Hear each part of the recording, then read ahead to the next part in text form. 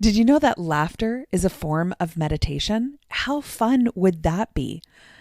I'm so excited that in this episode I get to speak with the very talented Pragito Dove. She is a global authority on expressive meditation and founder of the #1 expressive meditation training school in North America. She's an internationally recognized author, hypnotherapist, coach, and speaker with over 20 years' experience. Pragito helps entrepreneurs, leaders, and CEOs to align their mindset to allow more peace, time, and financial freedom. She shows you how to change your money blueprint, recondition your mind for automatic abundance, and use spiritual laws to create real-world success. Her new book, Lunchtime, Enlightenment, Expressive Meditations for Manifesting Peace, Prosperity, and Passion, is out just last month and has already hit the top of the charts. So let's dive in to this Lunchtime Enlightenment.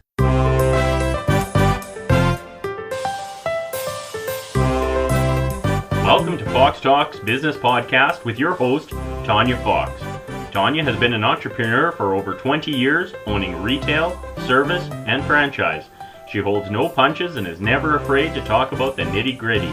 Together, you'll explore the good, the bad, and the motivational of business life, turning obstacles into opportunities and failures into successes.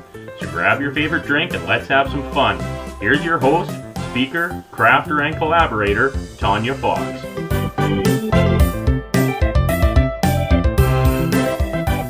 So thank you so much for taking some time to come on the show today, Pragito. I'm so excited to have you. Well, I'm thrilled to be here, Tanya. Thank you so much for inviting me.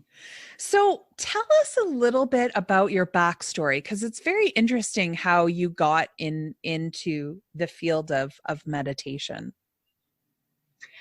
Well, it all started when I was a child. I had a very cruel mother and a father who was a very kind man, but he was not able to stand up for himself, let alone stand up for me and my siblings. So right. My mother just ruled the roost, and it was extremely painful. So I had a lot of pain in my heart. I had a lot of fear. I was actually terrified of her. And I had a lot of anger because I couldn't express myself. I couldn't be my true self.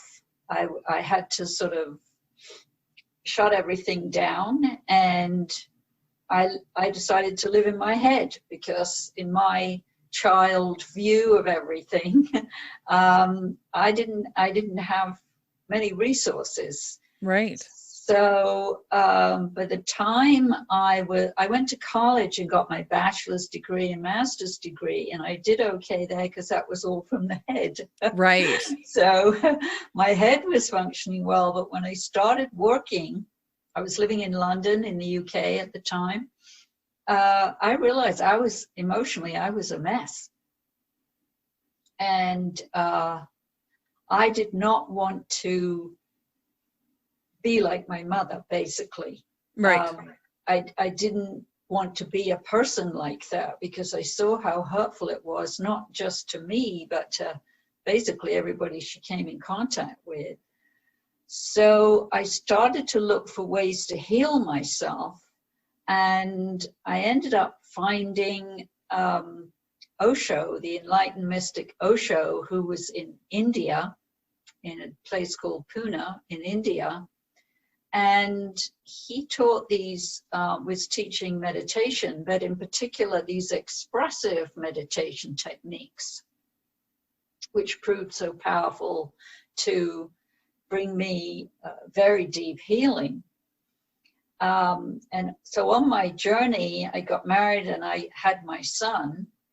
But when I was 6 months pregnant, I found out my husband was having an affair. So everything was sort of piling up, not in a good way. Although, you know, when I look back, I see it was all sort of on purpose, so to speak. Right, but in the moment, of course. In the moment, no, that was not fun at all. That was like even more pain, you know. And what I decided to do after my son was born was go to India and see if I could find some peace, some inner peace, some healing for myself. Because the main reason I wanted to heal myself was for my son. I did not want to pass on all that pain and anger and fear to him, because we transmit our energy, and especially as the mother. Right. And I didn't want that for him, and I didn't want him to have a childhood like mine. So that was really my main motivation, of course, plus to heal myself. And so we went to India when my son was 14 months old, which was a big leap of faith. I bet. Because the mind was telling me, oh, what are you doing? This is crazy, you know. But my heart was very clear. My heart was very clear. So that was one of my first very big lessons in follow your heart. Even if the mind is telling you, oh, this is crazy, this will never work, what are you doing? And of course, I had a lot of criticism from my ex-husband. He was my ex-husband, heading in that direction, from his family. And I went anyway. And it was the best thing I did, because when I got there, I really was able to dive deep into the healing process, doing these expressive meditation techniques, which some were from ancient traditions like the Sufis, the Tibetan Buddhists, but some Osho himself had created new ones. And the point of them is that it's very difficult for people who were like me, full of all that inner turmoil, to just sit in silence. I mean, basically, you can't do it because the mind's going crazy.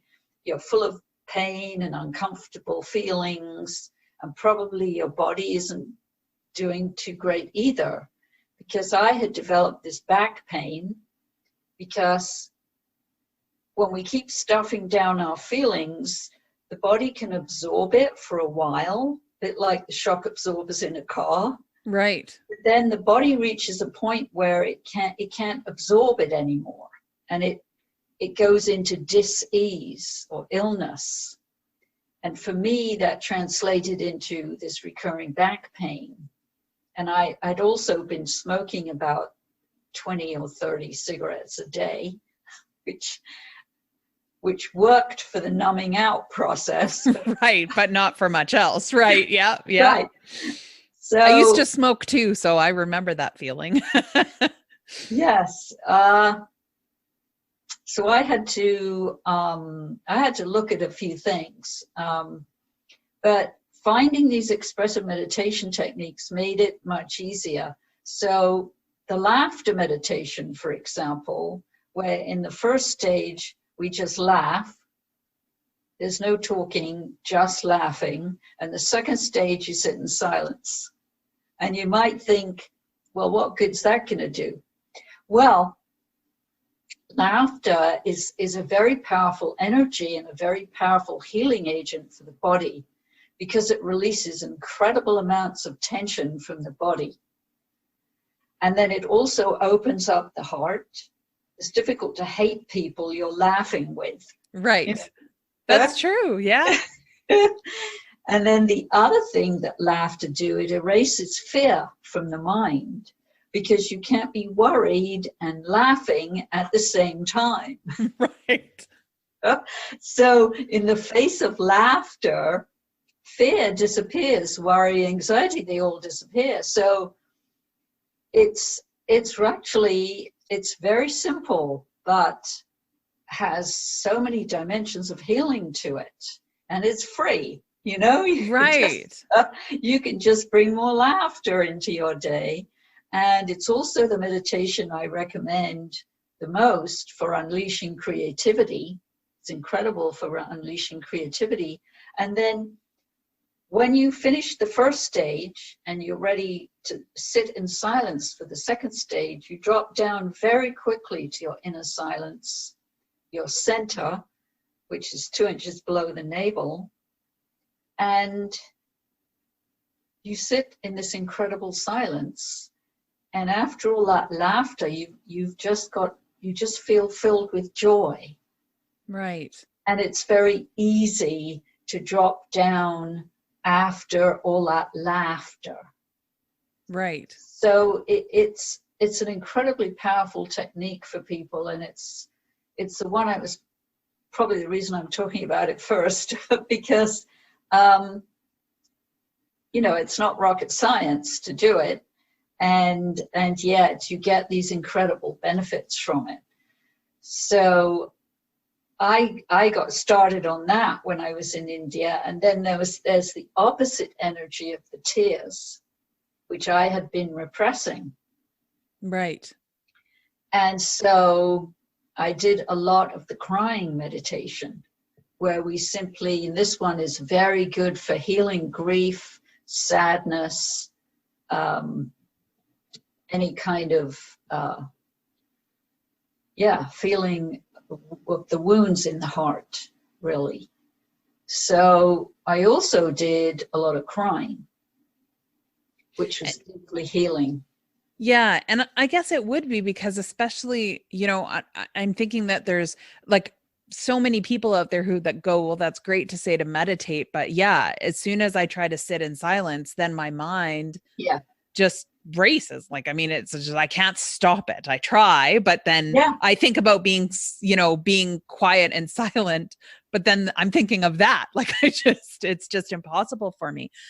But for those people too, that sort of, hold a lot of stuff in. And I think, and correct me if I'm wrong, but especially in this day and age where, social media has this different side to people's lives, and everybody is always trying to put their best face forward at all times, that there's a lot of repression that maybe we don't realize we're holding all of those emotions in. Yeah, it goes on unconsciously for sure, because it's a very difficult thing if you have a lot of pain or sadness to be with that on your own. Right. But in the meditations, we're in it together. There's a group of us in it together. And so you have that feeling, oh, I'm not alone. Everybody else has sadness as well. And we can all be in the sadness together, and the healing can go much deeper. Right. So it's again very, very powerful and takes courage, because not everybody wants to face it, but on the other hand, if you're willing to do it, the healing is absolutely incredible for healing the heart. Right. And then again, you find the inner silence much more easily. Because I think there's many people like me who had, pain or fear or anger as well in their childhood. And then as a child, you don't know what to do with it. So you just shut it all down. And then you become an adult and think everything's going to be different because you're an adult, but it really isn't. Right. Because it's still there. It's just got buried underneath your busyness or whatever is going on with your life. And so to give it the space to come up. And so the good news is that when we repress our pain, we're also repressing our laughter and our joy. We repress everything. You can't compartmentalize what you repress. Right. I'll just repress the painful part and I'll still have my laughter. Right. You repress it all. So a very unexpected benefit for me in all of this healing process was to find all that laughter, because the laughter helps your healing as well. It's like the more you laugh, the more you can cry, the more you cry, the more you can laugh. And eventually you're ending up with much more laughter than tears. And for me, eventually, I can't remember the last time I cried. Yeah. just become all joy and laughter. But of course, that's taken me some time because I had to heal all the wounds. But I had a lot of deep wounds, and a lot of people would have less wounds than I had, you know. So, yeah, so these expressive techniques. And then to talk about anger, because there's actually two, but I'm mainly going to talk about one of them because it's a bit more accessible. An expressive technique for expressing out your anger, which is often the top layer, and the fear and the pain are underneath the anger. Right. But for a lot of people, it's easier to get into the anger because then they don't have to look at the fear and the pain underneath. Or admit it, yeah. Or admit it's there, yes. So there's a very good technique. It's called the gibberish technique. And it is from the Sufi tradition of meditation and was created by the Sufi mystic Jabbar many centuries ago. And he just spoke in gibberish to his disciples, and apparently many people became enlightened through him and this technique. So Osho updated it. And so what we do is we speak in gibberish, like jabba dabba jabba jabba, any kind of nonsense that's not something you understand, not that the mind can understand. Right. But also what you can do in it is dump out your anger, like get really, really, really angry and just dump it out in gibberish so that it gets out of your body mind. Because we want to get all these repressed emotions out of the body because it's not good for us to have them repressed. So it's express, don't repress. Right. I love that.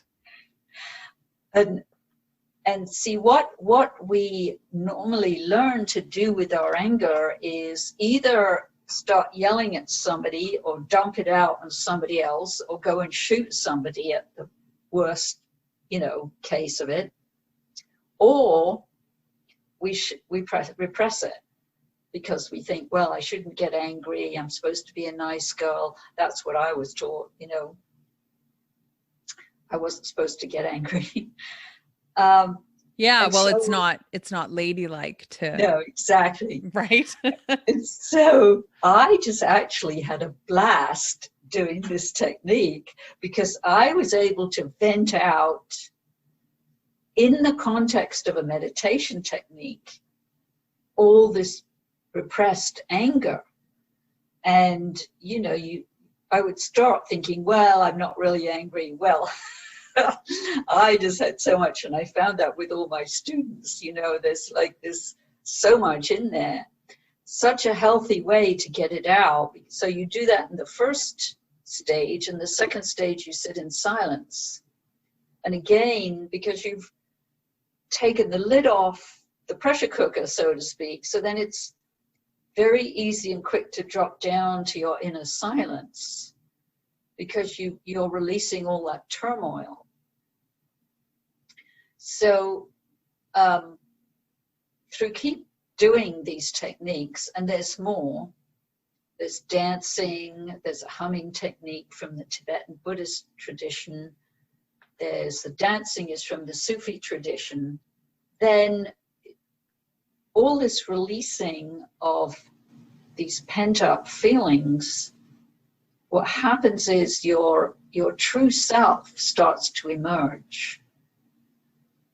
Because I was told how to behave. I was told who I was supposed to be. And I had no idea who I was. I had no idea what my creativity was. I could copy other people, but I didn't know what was really from me. Right. So slowly started to emerge that I was a writer and I could write these books, which, I had no idea that was inside me, and a speaker and a teacher. And I had no idea I had so much joy in me and happiness. And of course, my heart expanded with all the healing, so much love and compassion. And yeah, so I ended up not like my mother at all. Which was exactly what you wanted. So that was a good thing. Yes, yes. And of course, when I started, I had no idea I'd be writing these books about these meditations and teaching others. But that's one of the beauties, I think, that comes out of when we are willing to go on this healing journey. You just don't know how you're going to benefit yourself and how you might benefit others. Well, we always benefit others, because then, for me, instead of transmitting anger and fear and pain, I'm transmitting joy and love and peace. And then that transmits out into the world and to everybody I come into contact with. And that is a good thing. Yeah. So tell us a little bit more about the books. Like, what can people expect out of them? Well, thank you for bringing that up, because I have a new book out, which just was published about 10 days ago. And yes, that is your Lunchtime Enlightenment, which excitingly was #1 bestseller in 11 categories in Amazon. And it just released this month. That's incredible. Yes, very exciting. Very exciting. So my idea for the book was to make meditation accessible for people, because so many people think they can't do it, or they start, as we've been saying, sitting there, and then the mind's going crazy and they have uncomfortable feelings and they don't want to do it. Yeah. Or they just give up and go, well, meditation isn't for me. Yeah. Right. So really, I wanted to see if I could help people understand that meditation can be very easy. So I have a wide range of techniques in the book. I think there's over about 150 different techniques in the book, because different techniques work for different people. Right. And some people can just sit in silence. You know, some people can. I think most people can't. Yeah, I was going to say, God bless them. I don't know. So I have like a running meditation and a jogging meditation and a walking meditation. I have meditations for cleaning your house and when you're at home. I have meditations for when you're at work in the office. I have all these expressive techniques in there, which I've been just been talking about. And there's 9 main chapters, which are the 9 basic principles of meditation. And the first thing I do in the first chapter is explain what meditation is and what it is not. So meditation is not a technique. Sitting like this, chanting mantras, that is a technique. Right. Now, it can lead you to meditation, but meditation is a quality of presence that you can bring to any activity. It's actually very simple. It's being fully present in the now. Right. As we are having this conversation. Yes? Yeah. Because I think a lot of people struggle with that, because they're always thinking of other things. Yeah. What is next on the list, or what's coming up, or yeah. And I think that's important for a lot of people, is to take that moment back and, like you said, learn how to be present. Yeah. Well, and I always start with saying to people, now that you understand this about what meditation is, being fully present, I'll bet you'll find there's quite a few activities you do in your daily life where you are fully present. Like you are now doing this interview and so on. And one very fun and easy way is to do things that you enjoy. Because when you're doing something you're enjoying and having fun, why wouldn't you be present? Right. Yeah. You know, it's a natural, easy way for people to learn about being present. So just bring more awareness to that and notice how present you are. For example, playing with your dog or your cat, or playing games with your kids, or running down the street, whatever it is. It doesn't matter what the activity is. What matters is the quality of your presence with the activity. And do you find, like, so some people are going, well, that's great, and I can do that in something that I enjoy, whether that be a craft or just an extracurricular activity. But they might be thinking, but how can this help me, say, in my business, or when I have to do those tasks that maybe are more of a necessity than necessarily going, yay, I have to file today, or Yes, tell me about it. Yes. So, well, one thing that is very important to do with tasks like that is to have a positive attitude to it, because attitude is everything. And if we have a like, oh no, I've got to file today, or I've got to do my finances today, and you approach it with that energy, then that's the energy that's going to be there with it. And I've done this with finances. I just changed my attitude and decided I was going to enjoy it instead of complaining about it. right. And because it's going to happen whether you like it or not, I guess. Exactly. And, you know, and when I first started my business, I was thinking, well, I'll just hire somebody to do the finances. And a friend of mine who was a bookkeeper, she said to me, no, Pragito, you must always be on top of your finances. You can hire people to do things, that's fine, but you must know the ins and outs and what's going on. And because otherwise people can take your money, you know? And I say the same thing too. I always say to people, don't hire out a job until you've done it for two reasons, like you said, so that you know what's going on, you know how to pay attention to it, especially for finances, but you know what it's like to do that job. So it's a lot easier to understand when you've done it, you know, to go, absolutely. I get it. I get that this might not be something that you enjoy doing because I've been there. Yes. So I now really enjoy my finances, and I enjoy talking about them, and I just completely changed my attitude. And see, I decided to make it a meditation. Right. I decided to make finances a meditation, and that it just changed everything for me. I also did the same thing with my driving, because I used to drive, well, I'd often be late, and then I was driving like this. And right. And I got, I think, 3 speeding tickets in a row or something. This story is in my book.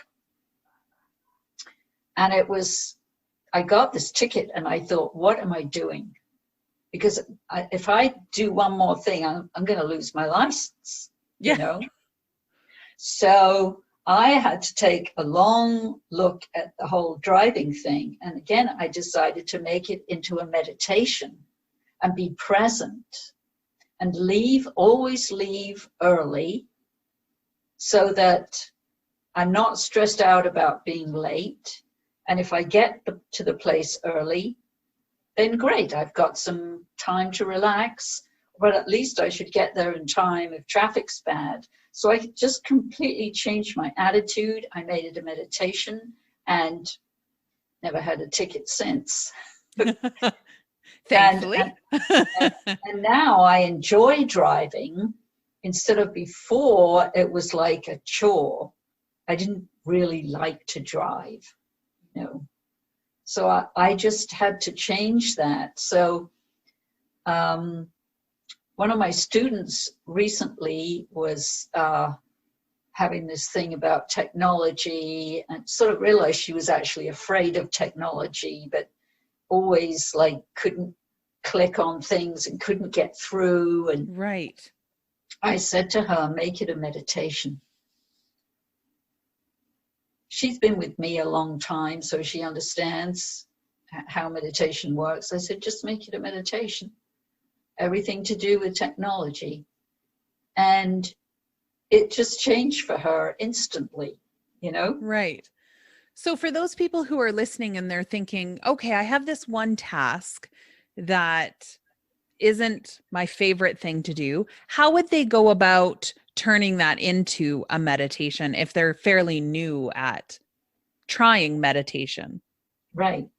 So first of all, starts with the attitude, you to just make a decision. I'm going to enjoy this. I'm going to look forward to it, you know, whatever it is. And then be fully present. Because presence has a quality to it of joy, of love, of creativity. And it fills your whole body and it feels good. And breathe. Just remember to breathe. And there you are in presence. And then when you're in that presence and doing this task, it transforms the task.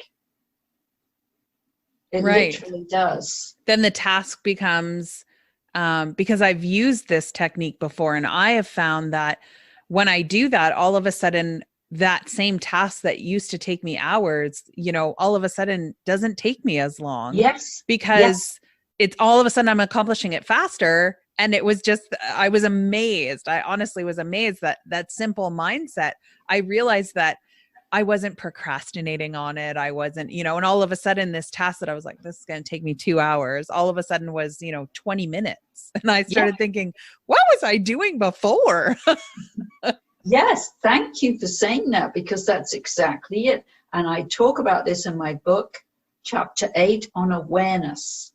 I talk about exactly what we're talking about here and give examples for when you start your day, because the more present you are and the more relaxed you are, then the more productive you are. Right. And you get things done in no time.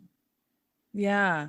I love that. I love that technique. And I think it's a good thing for people to to get the book, because it does take them through steps on how to do it. Because a lot of people go, well, in theory, but it's hard to find something. And I love that you have step-by-step how to do this, because I think that's important for people.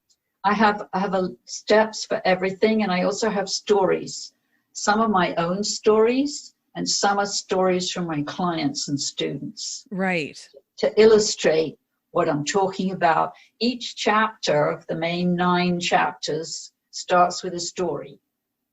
So that you can understand in the life of somebody that could be you. Right.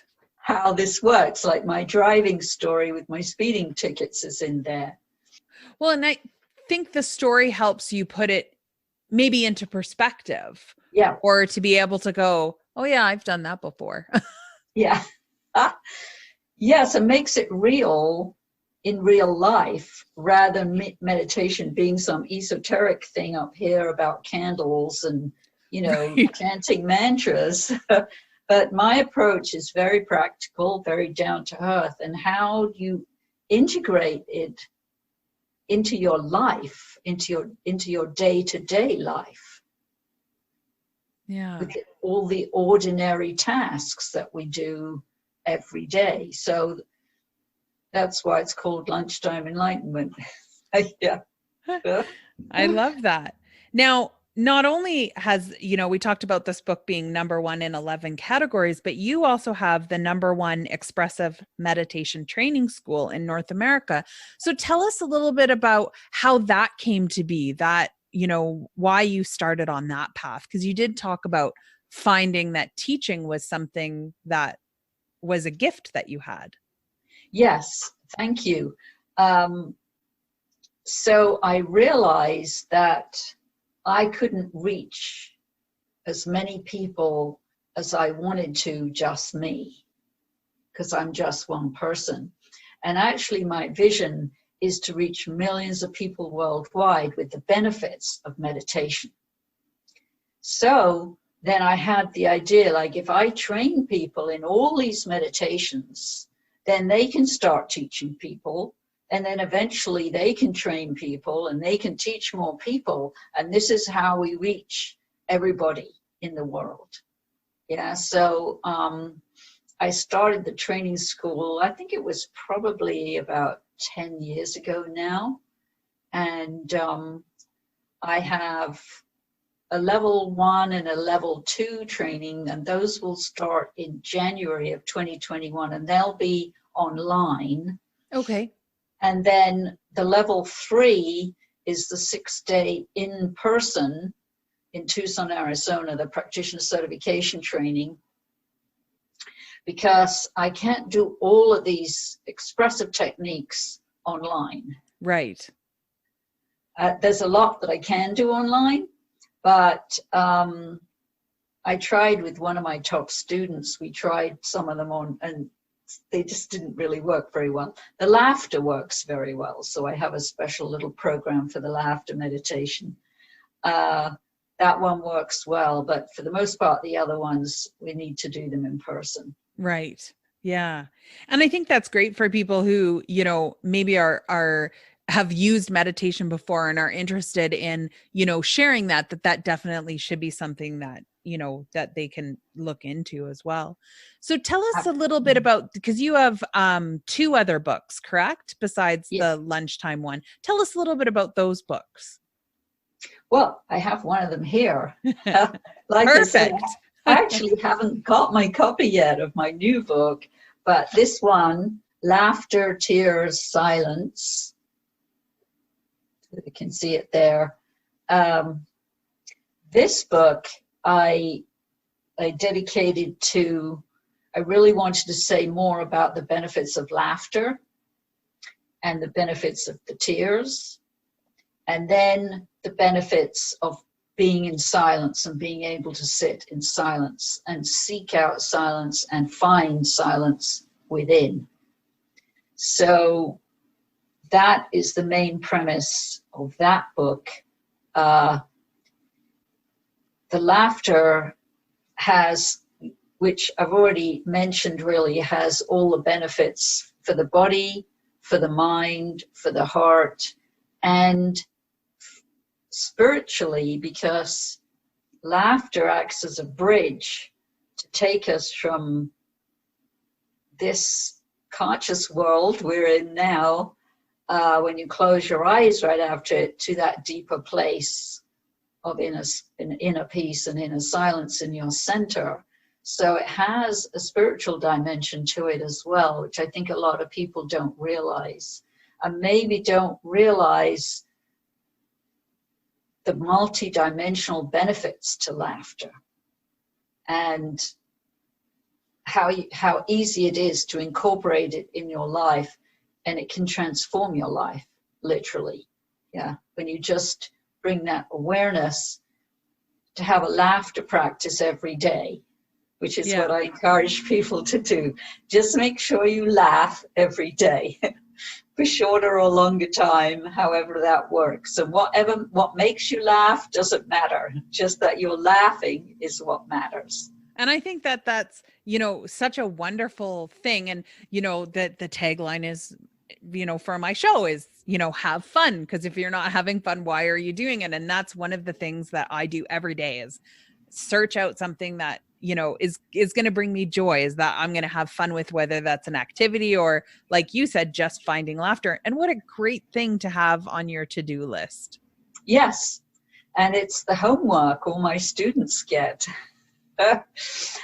And then the second part of the book, I go into the energy of tears, which is the opposite energy of laughter. So they're like 2 sides of the same coin.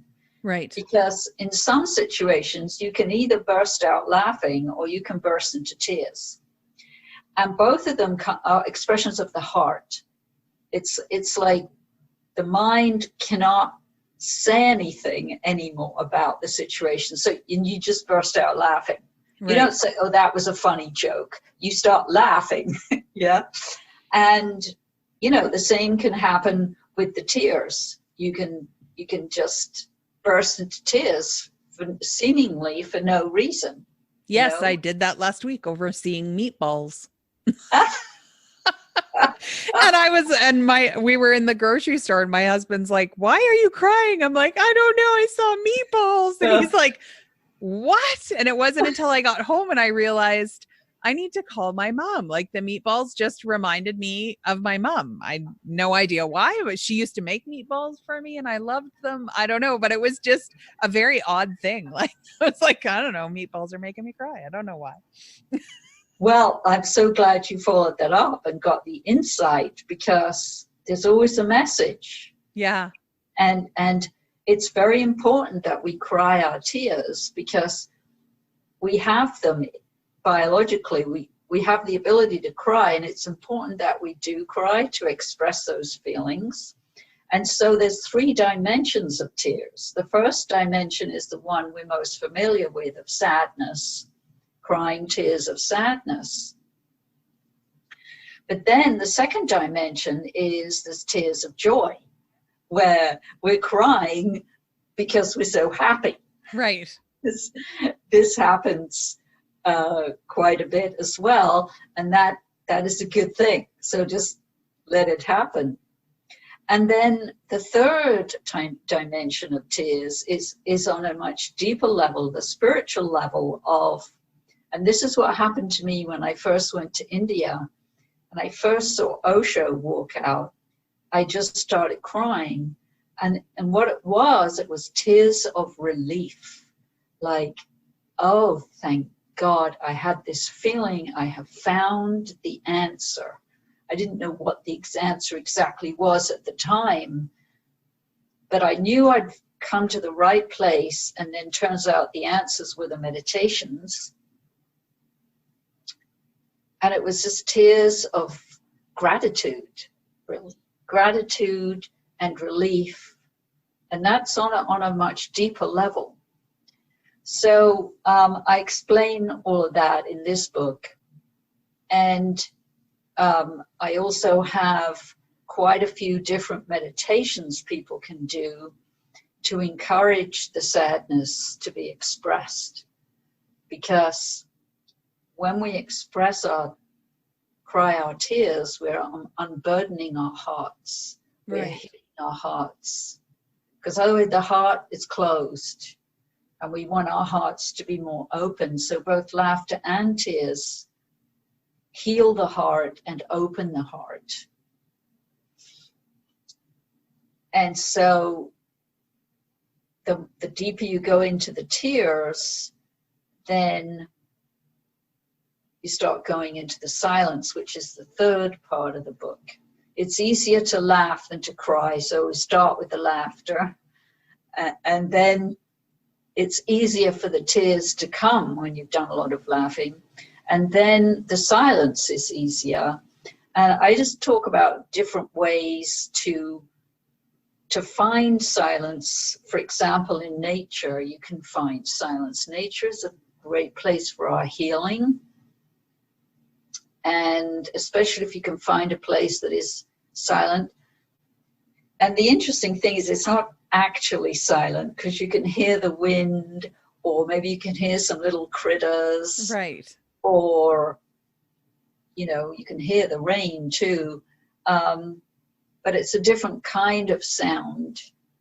It's not man-made sound. It is from nature, and it's deeply healing for us to be in nature.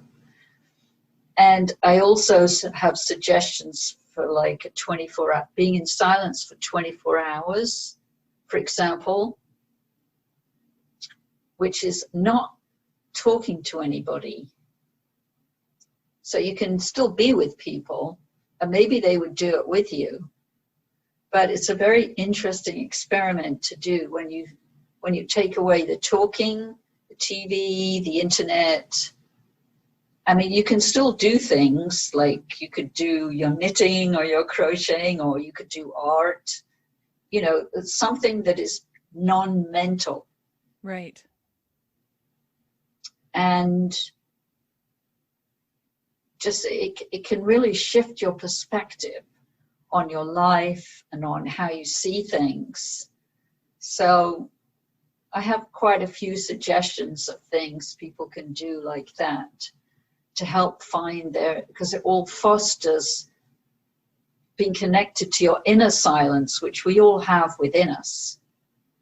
But usually we have so much noise in the head and so much busyness that we're not really aware that it's there. Right. And so tell us a little bit about your other book as well. Well, my other book, Lunchtime Enlightenment, is also called this is it here. This is the first edition of the one that's I just published the second edition. So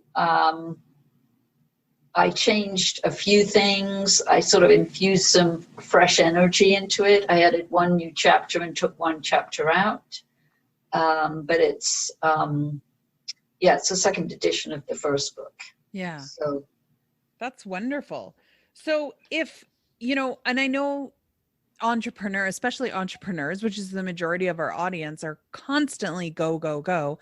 And that was one of the reasons I wanted to have you on the show, is because I think we need to learn how to slow down, how to be in the moment, and how to do that mind shift change. So I really appreciate you coming on the show, but I know there might be some people who are like, I don't really know how to do this on my own. And, I get the reading a book might work, but maybe they want a little bit more help in that. What would be the best way for them to get in contact with you to get a little bit more assistance on learning these techniques and being able to use them?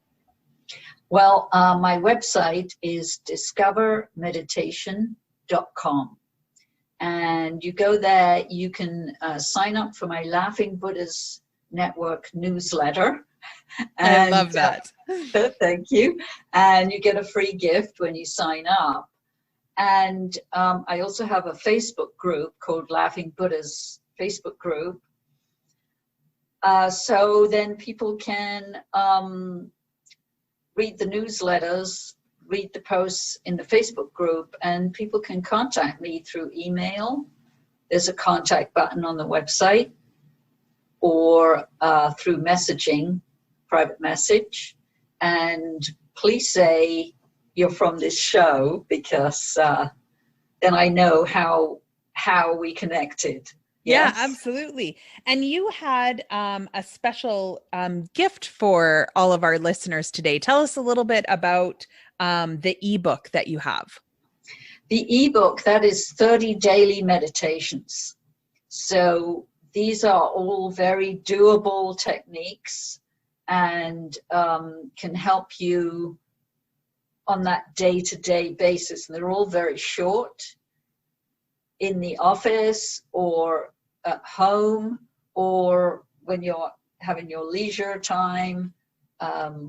Just all little helpful hints and tips how to stay more present with yourself. And then that's when things start to shift quite a lot. Yeah.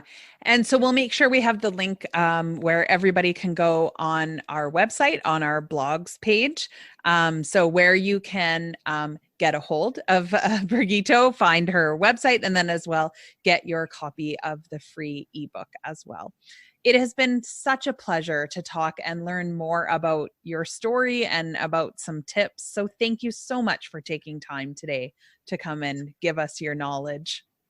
I have so much enjoyed it, Tanya. The thing I like talking about the most is meditation. So thank you. For many years, I heard people constantly talk about how meditation really helped them to center themselves, to reduce stress, and all of the other things that go along with it. But sitting in a room just in silence, my mind would race so much that I could never really calm myself. And so I just figured that I just wasn't a person who could meditate. But learning some of the techniques from Pragito allowed me to realize that I do have the skill to be able to do it. I just wasn't choosing the right meditation for me. To learn more about the techniques that Pragito talked about in this episode, you can visit our website at foxtalksbusiness.ca, click on blogs at the top of the page, and you will be able to see all the ways that you can connect with Pragito to be able to purchase her brand new book that's out, and a lot of other fun ways to connect with her. And so I urge you to take some time today, like Pragito said, to just find laughter, because that can be the start of meditation for you as well. And as I always say, if you're not having fun, why are you doing it?